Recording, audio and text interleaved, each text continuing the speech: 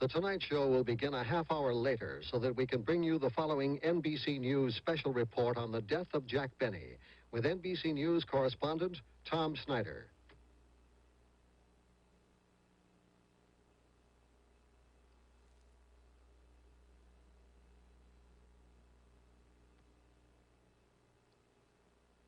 Jack Benny. How often he brightened the late-night hours on television for so many of us all across America. Guest appearing with Johnny Carson on The Tonight Show during this very same time period. Last evening, as many of us were watching that same program here in the Pacific time zones, the news division of the National Broadcasting Company interrupted the show to say that the time of waiting was over and that for many of us, the time of mourning had begun. Jack Benny died quietly at his home in Holmby Hills in suburban West Los Angeles. He was 80 years old. Cancer finally killed him. Around the hallways of this building in Burbank and at the NBC television studios in Rockefeller Center in New York, the laughter of Jack Benny's time is still here, as are the people who knew him best, who worked with Mr. Benny day in and day out.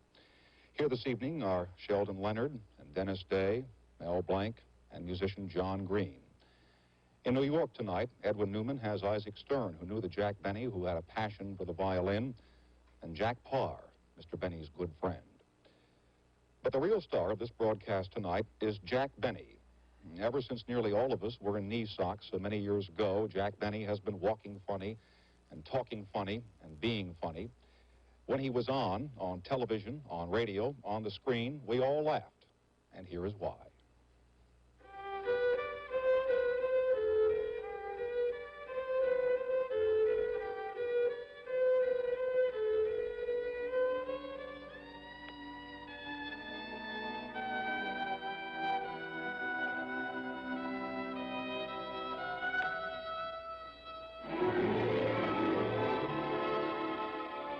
If I had liked the violin when I was a little kid, the way I like it now, I doubt very much that I would have been a comedian. Fortunately for the world of comedy, Jack Benny's serious love affair with the violin came after he was firmly established as one of radio and then television's best-loved comedians. Benny had started in vaudeville, tried musicals, even movies, before the big break came with a guest appearance on radio in 1931, when he said, "This is Jack Benny. Now there will be a pause for everyone to say, 'Who cares?'" Well, a lot of people did, for he soon had his own show, and by 1935 was the nation's top-rated radio comedian. Benny developed the other members of his show into personalities in their own right. Rochester, his long-suffering valet, who frequently was much smarter than his boss. Benny's own wife, Mary Livingston, who turned into a talented comedian on the show.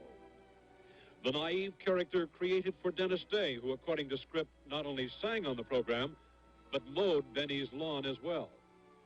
He got laughs from exploiting his announcer Don Wilson and his waistline and bandleader Phil Harris as a heavy drinker.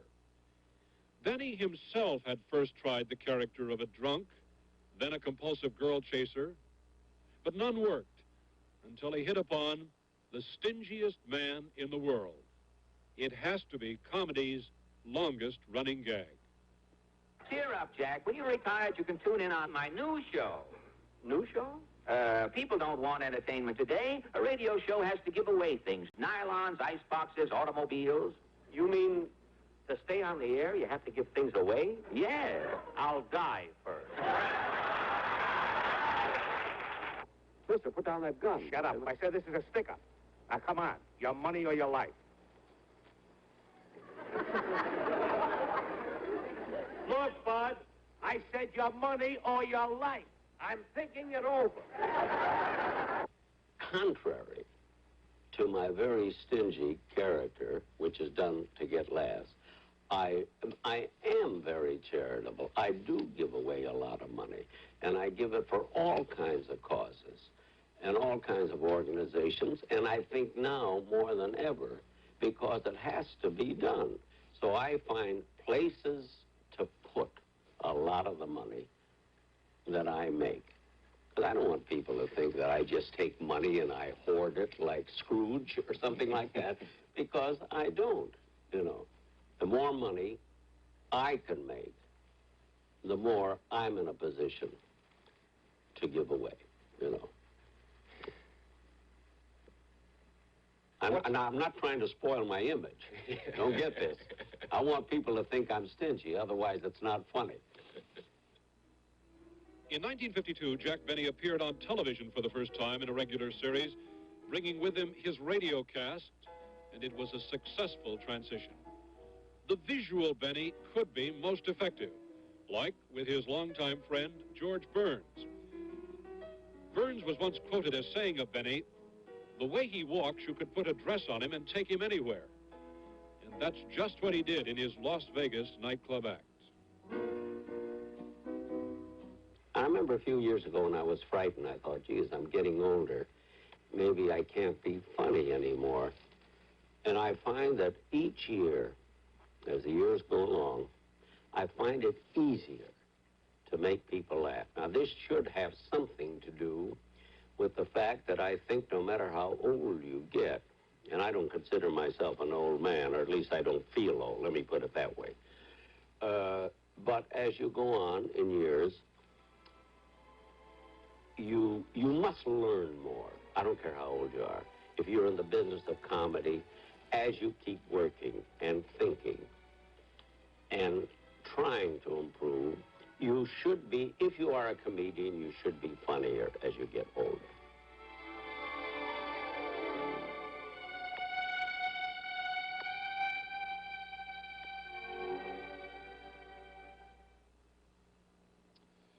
Gathered here in this studio are some gentlemen who have known Jack Benny for a long, long time. John Green, for example, was the orchestra leader on the broadcast when it was sponsored by that famous gelatin dessert that came in the package with the red letters.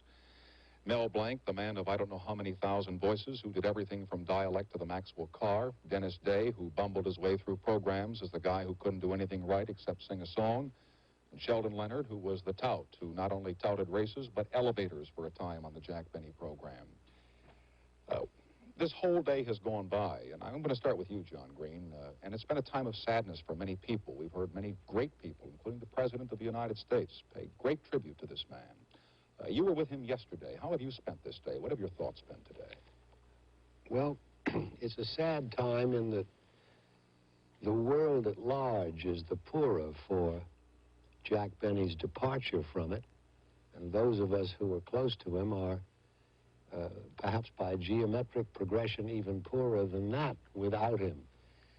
But once the awful shock of realizing that he was gone was past, I found myself being very grateful for the life that Jack lived. Tom's been around a long time all over the world, and I would have to say that Jack lived the single most blessed life of any individual I've ever known. He was the least angry man that I've ever known in my life. And anger is the most enervating emotion of which a human being, by which a human being can be lumbered. And Jack was not angry. He was appreciated all over the world. I've known Jack intimately since 1935. Never did I know him to feel unwanted or frustrated or unfulfilled. And he had, in such large measure as to beg a description, the joy of giving. Mm-hmm. Because it's a very, very extreme statement, but I've been thinking about nothing else for the past 24 hours. And it seems to me that Jack gave more happiness to more people in the world than any other single individual in our time. And at the age of 80, he was actively planning his next special and about to appear in a major film with Walter Matthau, The Sunshine Boys, and didn't even know that he was seriously ill. Did you know that he was seriously ill? Nobody knew it except his doctor, and then Mary, his wife. Mary didn't know it until 2 weeks ago. And he didn't suffer, you know. Mm-hmm. He was acutely ill for a very short time and was heavily sedated from the moment they knew what it was. You say nobody knew. Does that go for the rest of you gentlemen here? Yes, we did. Nobody I knew. didn't know. Mary didn't tell anybody. She felt that even though she knew it, she said only this afternoon again to me, she said, I just felt that if I didn't say anything about it, that it would go away, which is a perfectly normal thing. And it wasn't until Tuesday that any of us who were close to Jack knew. All of you have some stories I would love to hear you tell, but I must do something else here, which some of us around this building have been waiting for all afternoon. Here is another bit of television history in Burbank, California. In this time period, Jack Paar has not appeared since the year 1962 on the NBC television network, but now from New York, here's Jack, along with NBC News correspondent Edwin Newman and Isaac Stern. Ed? Thank you, Tom. Well, Isaac Stern, the violinist, knew Jack Benny as a musician and a friend, and Jack Paar. To Jack Paar, Jack Benny was a benefactor. Jack, we asked you to come in to tell us about that. How did it happen? Well, it was in the war, and it was, strangely enough, on Guadalcanal. I was in a hospital, and Benny had heard about me being an entertainer in the infantry and came to see me. May I quickly say, in the hospital in Guadalcanal, I was in for athlete's foot, or feet. It wasn't anything heroic. And Benny came to see me and said that he had been hearing about me in the Pacific, and when I came back, would I come and see him, that he had some plans for me. And I didn't go to see him, but I did make an audition, and it got to him, and I worked for Jack for a year, and I've known him closely for about 25, 30 years. I really loved the man, and he was the most civilized of comedians.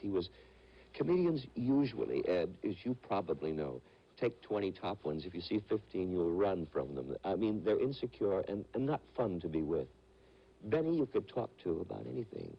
And he had a lot to do with my life on The Tonight Show. When I left there during that tumultuous 2 weeks where I walked off the air, foolishly perhaps, it was Benny who guided me. It was Benny who got me to come back, and it was Benny who gave me the opening line. He went around to writers in Hollywood trying to get a line for Paar, who's in trouble. Benny was like that. He was a dear, wonderful man. Well, we have some tape of Jack Benny playing the violin, talking about how he played the violin. And we'd like you to see it now.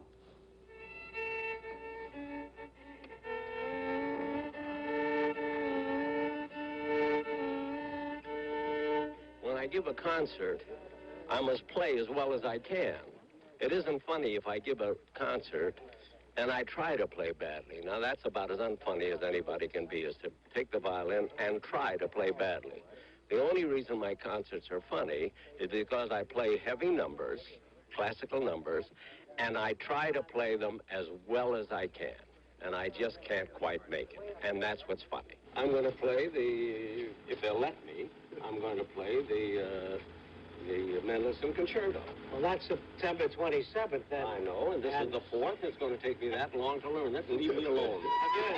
No, because you're the only musician that's getting paid, you see. Who's getting paid? You're the only one. Honest to God? Yes. Isaac Stern, is that how you met Jack Benny, through the violin? Yes, well, partly. We first met, actually, doing something that Jack did so often, a benefit, where we played together. That was the first time we knew each other, we met each other in any way. And then he asked me to do a couple of shows with him in Hollywood, which we did. And we became very fast friends. You know, I don't know if people really realize what Jack did for music in this country. He really loved the violin. The one thing he had most deeply was respect for music and respect for artists. He never denigrated the artist. He always made fun of himself. And then he would do these concert tours. In fact, I was his manager practically. I would arrange for orchestras to invite him, and he'd do these benefits for them. And I think he raised more money individually for the symphony orchestras, for their pension funds, for the musicians, than any other single individual. It must be well over $2 million, $2.5 million that he raised over the years. And he did love to play. He worked as much as he could, and he would always have the violin with him. He would go to concerts. He would come whenever there was a chance for him to come in to hear a concert where I was. If I was anywhere in the area, he would come in. Did I hear you say that you gave him a particularly heavy mute to place on the violin? Well, Mary objected sometimes to the sound of his practicing. So there's a what we call a wolf mute, a heavy leaden mute that cut the sound of the violin down to about 10% of its normal harshness. And he would put this on, and then he could practice in some small room not too far away where she couldn't hear him. But, you know, I was watching, as Johnny Green was speaking a moment ago, and Jack Parr, and I was struck by the one thing that they were saying about Jack, which is so true of him. In all the years that I've been on the stage and met people in various professions, in various parts of the entertainment world, I've never heard one single word ever said against Jack Benny, nor by Jack Benny about anyone else. He was the least venomous, the least malicious, the least jealous person I've ever known. There was always a gentle, radiant warmth about him. He was loved, admired, accepted everywhere as a human being, not because he was Jack Benny the star, but Jack Benny the man was a lovely human being. May I put a question to the two of you? What was it in Jack Benny that enabled him to go on at the top for so long? Well, I think he was the greatest that radio ever produced. Radio was an art of imagination, and no one used it better than Benny. Pauses, for instance, were far better than takes. And I regret that children, young people today, do not understand or know how greatly entertaining radio was, but how really, truly great this Jack Benny was. But he managed to get from radio to television, even into the movies. What was the quality that he had that conquered all? He had great style. He had great timing. Timing. Many of us are imitations of Jack. No, timing, more than anything else. Timing. There was just a sense of knowing when and where. It's very much the same way the musician does. Much of music is how to get from one note to another in a certain way, and it's this split-second timing in between the notes. And in Jack, the way he put the words and then waited when to put in the shaft of laughter. He always knew when. I knew him best, Ed, out of the theater, out of television. I knew him as a man. That's where my memories of Jack are the greatest. And, you know, if I may tell you a few things about him. First of all, not stingy. Of course, he wasn't stingy. He was downright foolish with money. I told you that in 48 and 49, he really didn't have very much money when he was the biggest star in radio. He was foolish with money and didn't have a great deal of money. Isaac can tell you, I think would agree, that he was very childlike. He loved simple things. He was at his greatest stardom. It was not uncommon to run into him on Hollywood Boulevard or somewhere, Wilshire. He'd see you at a light and say, "Where are you going?" He'd just run into you. Say, "I'm going to Chasen's for dinner. Could I come along?" The greatest star we had would join people. He was kind of, well, I wouldn't say he was lonely, but he was often alone and would join people, join groups, make tours in Canada, I remember, in his car by himself. I agree with you, Isaac.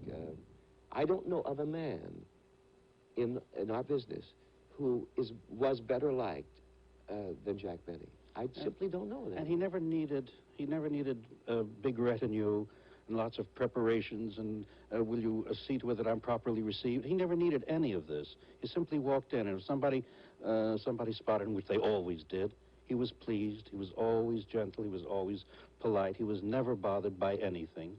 And, you know, you say about what was the continuing thing. I think because his humor was the essence of some of the foolishness of man, which is a continuingly funny thing all through life and through history. And I know that, for example, this last summer he was doing his perennial show, the same show that he'd done for 20 years. He was doing it up in Candlewood Lake, and my family went to see him. My children saw him for the first time live. They roared. They identified instantly with his comedy, the same as generations of young people had before. Thank you very much, Isaac Stern, Jack Parr. Back to Tom Snyder now. Thank you, Ed. All of these people like Jack Benny very well. What do you remember most, Sheldon Leonard? Well, what I remember most, perhaps, is to the point of Ed Noonan's question directed to Isaac Stern and Jack Parr. I believe the reason for his great durability as a comic went beyond his rapport with audiences, went beyond what they call timing, and related to his enormous integrity as a performer. He had more integrity in the creation and protection of the character that he played than any artist I know. He played a stingy man, and as you now know, he was far from stingy. He played a vain man, and he was far from vain. But he protected the characteristics of the character so that no joke, however big, no laugh, however big, could ever tempt him to violate the character. As he said in the videotape that we ran here earlier, I don't want to blow my character, but... And his integrity was something that I admired, in which I made an enormous contribution to whatever I've learned about comedy. Dennis, when you would go to Mr. Benny and say, may I sing 2 songs tonight, if you ever did that, what did he say? Well, I never did that because I was lucky that I had my start in show business with Jack Benny. He discovered me through Mary Livingston and gave me my break. I never thought it would last, but my association lasted with Jack for 25 years, and it was the happiest years, believe me, of my life. And certainly this man had something that no other comedian had, or any other performer in the business, and that's class, real class. And it was a thoughtful, generous, wonderful man. You had a personal relationship with him also, did you not, Bill? Yes, I did. I loved Jack. When I was ill, had an automobile accident, was almost killed, Jack came to the hospital to see me every day. Then when I was taken home in a full-body cast, he came to see me at least once or twice a week. And one time he came to the door and asked my wife, Estelle, he says, is Mel home? You know, it was in a full-body cast laying up there. He still had a wonderful sense of humor even in those times. And I just loved Jack, and God rest his soul. He was a wonderful man. This is just about all I can say about Jack. Gentlemen, to try and do an 80-year lifetime in 30 minutes of television is a joke of the first magnitude, and I thank you all for being here, and would that we had more time to hear more stories, but unfortunately, we do not. Jack Benny made the city of Waukegan almost a landmark in this world. He was born in that Illinois town back in the 1800s. His mom and pop ran a saloon there. He never forgot Waukegan. He took Waukegan wherever he would go with whatever he would do, and the people who lived there never forgot that. Waukegan, Illinois isn't famous for very much, but if you ask most people here if the city has one claim to fame, they will say it is the hometown of Jack Benny. He grew up here as Benny Kubelski, for a time living above his father's clothing store on Genesee Street. Frank Wallin went to school with Benny and later hired him as a violinist in his dance band. He was a good violinist. And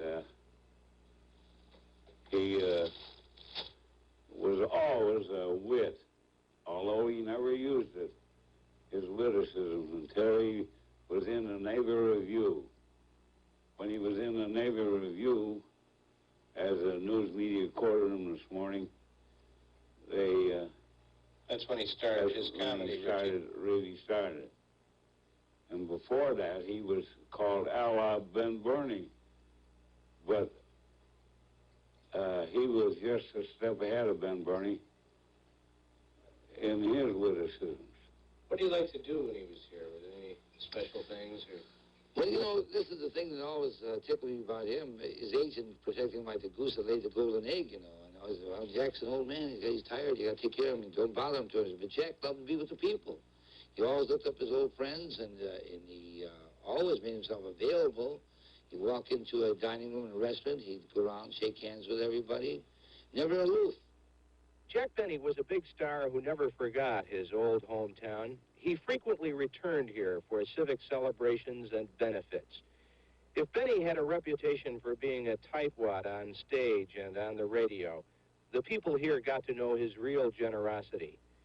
Jack Benny often kidded about the street they named after him, which was really nothing more than an alley. But in 1961, a new junior high school was named after Jack Benny. The comedian's portrait hangs in the hall, and appropriately, the nickname the kids go by here is the 39ers. Peter Nolan, NBC News, Waukegan, Illinois.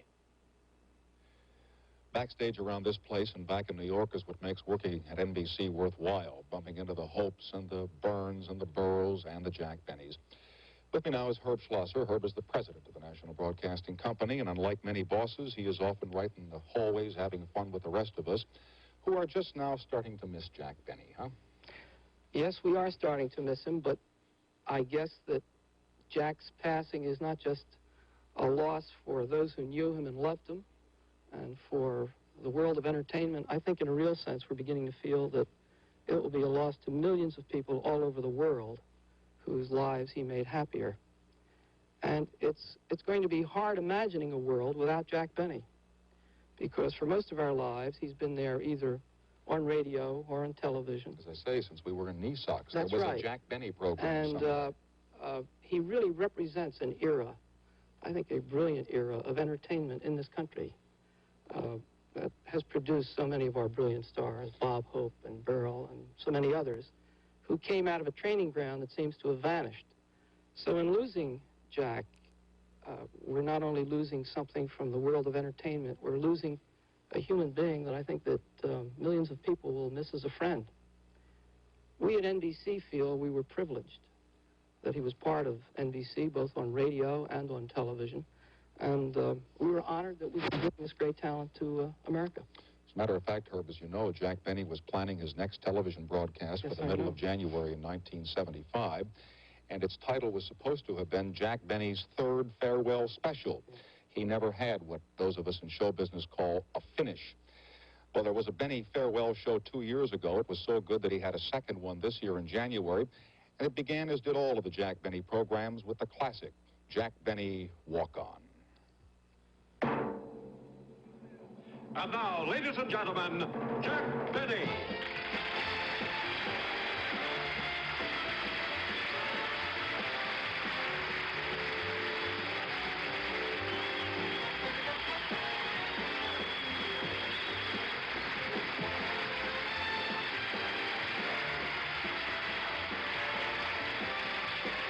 Thank you very, very much, ladies and gentlemen.